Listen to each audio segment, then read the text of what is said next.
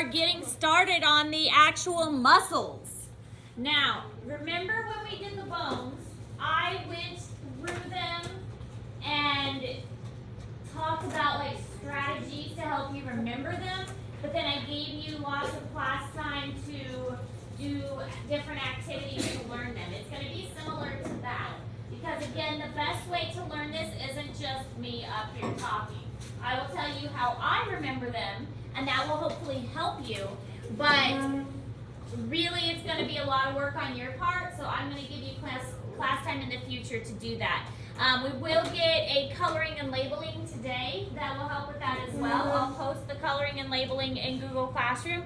The one that will be posted in Google Classroom is the exact same as the handout that you'll get today, and it's more for if you just want to print yourself an extra copy or have an extra study tool or something like that. All right, so it's hard. I'm not going to lie. We thought the bones were hard, the muscles are worse. And it's not that it's just that the way that the muscles are in the body, they all look similar. They're twisting and turning. They go over and under and wrap around things. So it can be quite complicated. So you really need to just take it a step at a time. And there are several ways that can help you. So I kind of put some ideas on the board. You'll need to be able to identify the muscle and tell me the movement that it makes. Okay, so it's kind of a two-part thing. You tell me the muscle, you tell me what movement it makes. So it's really not that hard to imagine the movement if you think of where the muscle is on the body and what two bones it attaches to. You can usually get an idea of the movement because muscles only contract. They don't lengthen. So all you have to do is imagine that muscle getting shorter, and that can help you figure out what kind of movement it's going to make. So if we look at the pectoralis muscle on this model, imagine the pectoralis muscle getting shorter, and basically it's going to make a movement kind of like this. Okay, when that contracts, it's making this kind of movement. So the frontalis muscle here, if that contracts, it's raising the eyebrows. So learning the movements isn't too challenging because all you do is imagine that muscle getting shorter, and that gives you an idea of the movement. Anatomy apps are really helpful. Watching YouTube videos would also be helpful. Making flashcards. I know there are already sets of flashcards out there.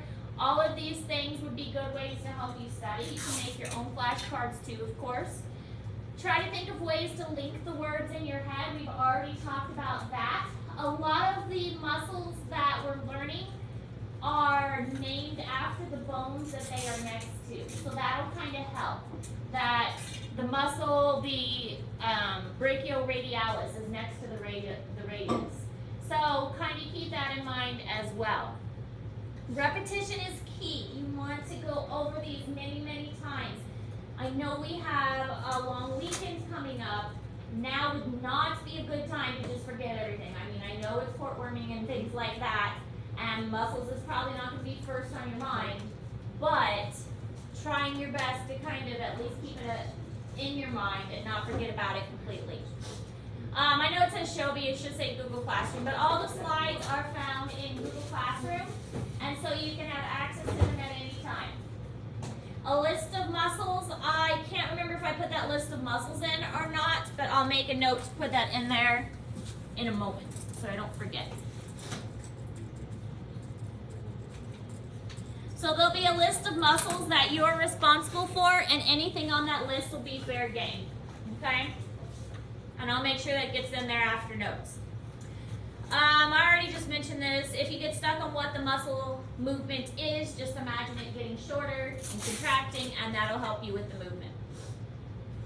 All right, so pretty much all of this is going to be in Google Classroom today. There might be one or two things you have to write down, but most of it's going to be in Google Classroom. Starting with this is a list of some of the muscles that you are responsible for. It tells you the origin and insertion. Thankfully, I'm not going to make you learn the origin and the insertion, but you do need to know the action. So you can kind of just ignore this center two columns and just remember the first and the last column, and that kind of helps you out. So the frontalis, like I just said, raises the eyebrows, and that was the one right on the frontal bone. Orbicularis oculi and orbicularis oris. Orbicularis oculi is around the eye. It's a circular muscle around the eye, and the orbicularis oris is a circular muscle around the mouth. But really the best way is to look at a picture, and that'll help explain it. So all of these that are on this picture, you are responsible for knowing. Trapezius, this is on the back. It's a very big muscle. I think it looks like a T when you're looking at it at the back, like straight on the back. So I think it looks kind of like a T shape, so that's how I remember trapezius. Sternocleidomastoid, that's that really big muscle you see on the neck here, and it helps to turn the head. Masseter is for chewing, so we've got the masseter right here. It helps you with clenching your jaw, and the way I remember masseter is when you masticate something, mastication is chewing. So the masseter masticates, masseter chews. Temporalis isn't too bad because it's on the temporalis bone. Occipitalis and frontalis, both not too bad because they're also associated with those bones. Cranial aponeurosis is the connective tissue over the top of the skull. So even though it's not technically a muscle, you do need to know that one as well. Cranial aponeurosis.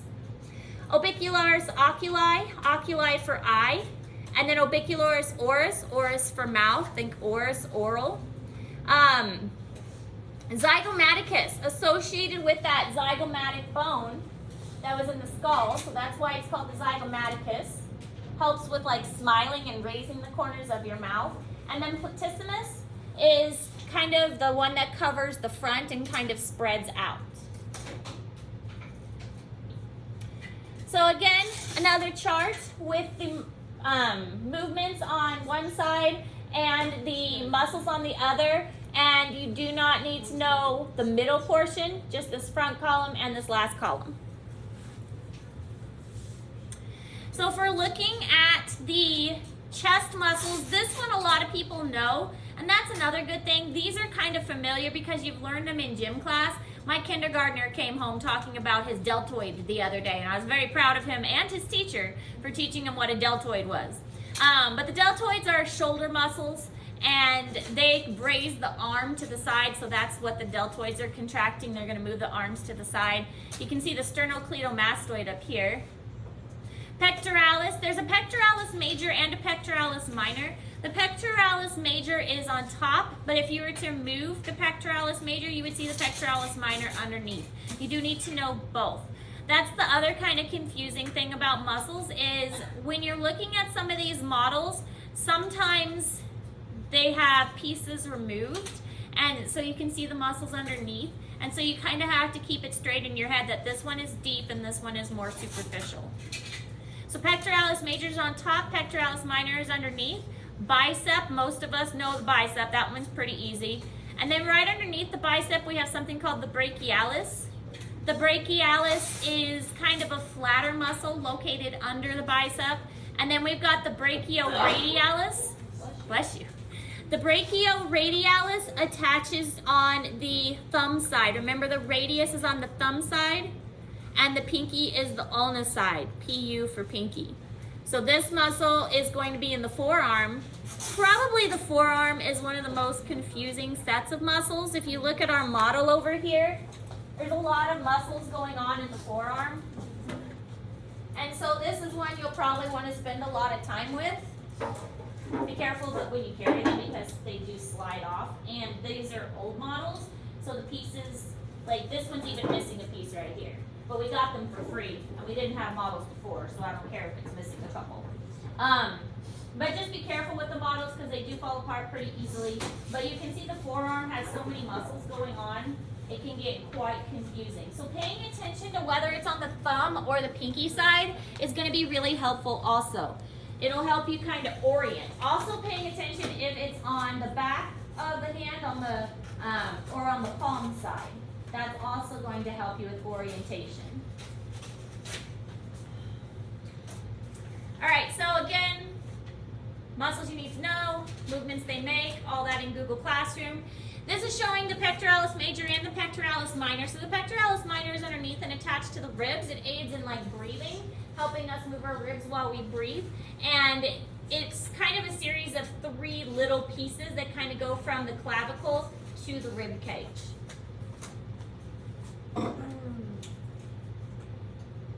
when you get a shot, you're getting it into your deltoid muscle. Shots need to be given in muscle that is pretty thick. So your deltoid muscle is a pretty thick, pretty big muscle to absorb all of that fluid.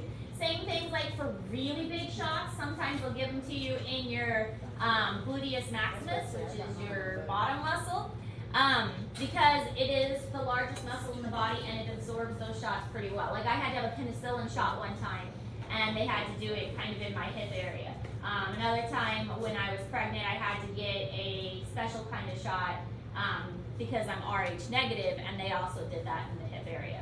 So the larger muscles absorb that fluid better. All right, so the back, looking at the back, I already mentioned trapezius. It looks like a T. So this has been removed on this side. The trapezius is also on this side, but it's been removed so you can see the muscles underneath. So the trapezius goes like a big T or a kite. It looks kind of like a kite shape too, and it'll go down the back. Spinalis capitis is right up here by the back of the head, and then we've got the splenius capitis, which is the bigger one right underneath, which again is going to be covered up by the trapezius. So here we can see the spinalis capitis, which is right here. So it's a little bit visible. Splenius cervicus is underneath in kind of this little hole. Rhomboideus minor and rhomboideus major, those are kind of easier because they look square. A rhomboid is a square, or 4 sides. And so this is 4-sided rhomboid that's big, a 4-sided rhomboid that's smaller. So that one's not too bad. Rhomboideus major and rhomboideus minor. But they're all hidden under the trapezius. And so here's our shoulder blade. So those two, when they contract, they're pulling our shoulder blades back. Trapezius also helps with pulling our shoulder blade back. All right, so here's the other ones, occipital bone, and then underneath that we've got the sternocleidomastoid. Again, that's this really big one on the side of the neck here. Levator scapulae is right above. Here's our rhomboideus major and rhomboideus minor. So the levator scapulae is right above that. And just like the name suggests, it elevates the scapula. Teres minor and teres major, those are on the inside of the scapula. So teres minor and teres major. And then the infraspinatus. So all three of those are kind of inside that shoulder blade. Infraspinatus, teres minor, teres major. Tricep on the back of the arm. Most of us are familiar with that. The trapezius, you can see how it kind of comes down, but then this that wraps around the side is your latissimus dorsi. So it wraps around the back of the body. Supraspinatus, supra for above, and then infraspinatus. So supra is, going back, supraspinatus, infraspinatus. Supra above, infra below. The forearms are a tricky one. I mean, in the humerus area, the top of the arm, you got the bicep, the tricep, and the brachialis. But you got a lot more in the forearm, especially because you are using a lot of these muscles to move your fingers. And so it can be quite challenging, and you're gonna wanna spend a lot of time with this one. This one, and then the parts of the leg are probably the trickiest. So, again, probably the easiest thing to do is to start on the thumb side, just like when we were doing the wrist, starting on the thumb side and moving over toward the pinky side.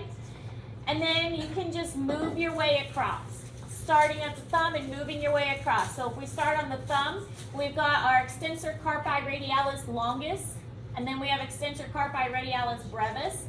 This one's not too bad. This is the palmaris longus. And you can find that one because you follow it up. It's the one that crosses over this connective tissue. And that's your palmaris longus. You also have one over here, the extensor digitorum longus, extensor digitorum, and you follow that one down, and it extends the digits. So this is the back of the hand, and this one is looking at the front of the hand. So it does get really complicated because you're looking at two sides of the hand and there are different muscles on both sides. So again, the best way to do it is start at the thumb and work your way over. That way you're always going the same direction. And then also make sure you're paying attention. Is it palm up or is it palm down? Supination or pronation? Happy birthday, Riley. Happy birthday, Riley. Love you, Riley. But this one you are going to want to spend a lot of time with. It's tricky. It's really tricky. The muscles of the abdominal, the abdomen, not too hard because we know the abs, a lot of us do. We've got the pectoralis major, which is here at the top. These are called serratus anterior. I thought they were called obliques. The obliques are down here. Yeah. But serratus anterior are these like jagged ones. So these jagged ones, do you guys ever eat with a steak knife before? And it's got that serrated edge? That's how it gets the name the serrated anterior, because it's jagged. So that's how you can remember that one. It's a serrated edge, just like a serrated steak knife would be.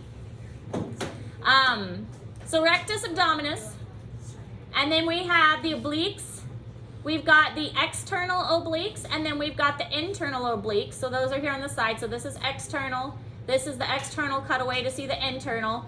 Then we have what's called the transverse abdominis, which is underneath that. So there's 3 layers actually.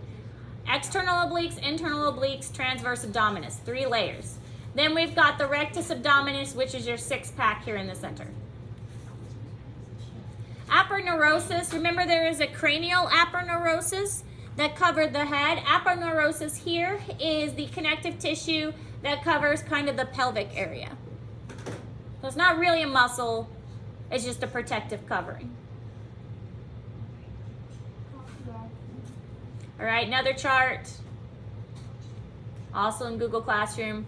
Moving on to the leg. I know, again, this is a lot, but it really is easier just to give you all of this so that you have time to study it on your own, and then I'm going to give you lots of class time to work with it. Okay, so I know it sounds a little overwhelming right now, but we're going to get there.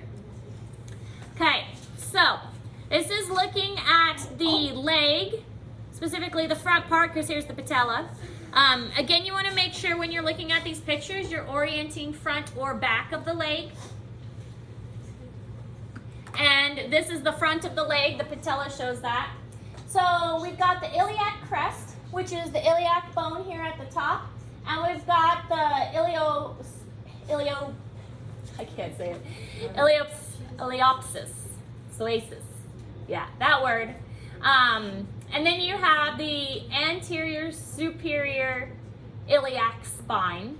Attached to that is the sartorius muscle. The sartorius is kind of S-shaped if you use your imagination a little bit, but it crosses from the outside of the hip to the inside of your knee, and that's what causes the leg to rotate outward. So if you imagine that getting shorter, it's going to cause a rotation of the leg. We also have an abductor group here in the center. We've got abductor longus. We've also got, this is the gracilis, on the very, very inside of your thigh. On the outside, we've got the tensor fasciae latae, so a lot of times little babies will get shots right here. Also, sometimes they'll get shots in the vastus lateralis, which is also another big muscle. Rectus femoris, lateralis on the outside, vastus medialis on the inside, lateral outside, medial inside. I think I went over them all. Okay. So here you can see, this is like with babies, they give them shots in the legs, and so they give them a shot into that vastus lateralis muscle. Sartorius, gracilis, adductor longus, adductor brevis, and then pectineus is here at the top. So with these, it's easiest to start on the inside and then work your way up. Gracilis, adductor longus, adductor brevis, pectineus. Consistency is going to help you. If you learn it one way, you're going to want to stick with that way. If you mix it up a lot, it's going to get hard to understand. Moving on to the lower leg, we've got the fibularis longus. It's on the side of the fibula, which is how it gets its name. Fibularis brevis, that one's really kind of hiding back there. Tibialis anterior is pretty easy because it's right along the tibia. Extensor digitorum isn't too hard because you follow this connective tissue up and you'll find your extensor digitorum. So that one's not too difficult. And fibularis tertius is right next to the extensor digitorum. Soleus hides on the other side, and soleus is actually a flat muscle that's underneath the calf. So if you remove the calf muscle, then you'll see the calf muscle is called the gastrocnemius. If you remove that, you'll see the soleus underneath.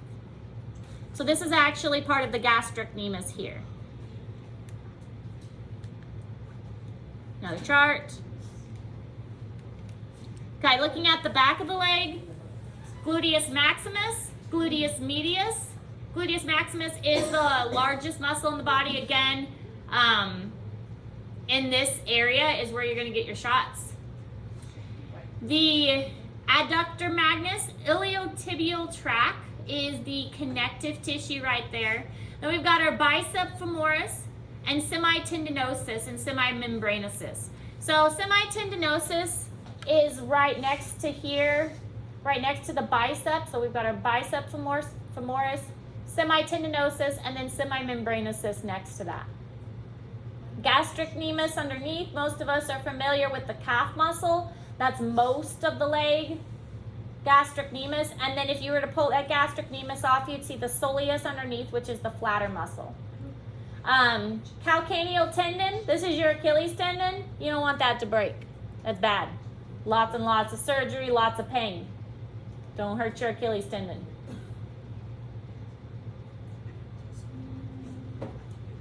Think. Okay. We're not going to go over all of them, but I gave you a picture of a full body skeleton as well, just to help you study. So front of the body, back of the body. Holy moly, but Could be worse. I mean, there's 600 muscles. We're only going over about 80 or so. I mean, that are good. Those are good odds. see? Just getting the main ones. Only 80. We skipped a lot in the face. We skipped a lot in like the actual hand. All right. So you're working on your muscle movie. Your straw model is due tomorrow. And also you've got your new assignment, which is the coloring and labeling. Coloring and labeling will be due next Friday. Okay? Coloring and labeling due next Friday. I did put this in Google Classroom if you want to print off a copy or something for yourself, but this is the one that you'll want to turn in. Try not to lose it because they're really thick and it takes a lot to make copies of these, and I don't want to have to print more off. So try not to lose it. You're welcome to leave it in the classroom if you want. Just pick a spot and stick it in there. Questions? Okay. Don't remember, I also recorded this lesson, so if you need to go back and watch this lesson again to get some ideas, you're welcome to do so. Can I show you this?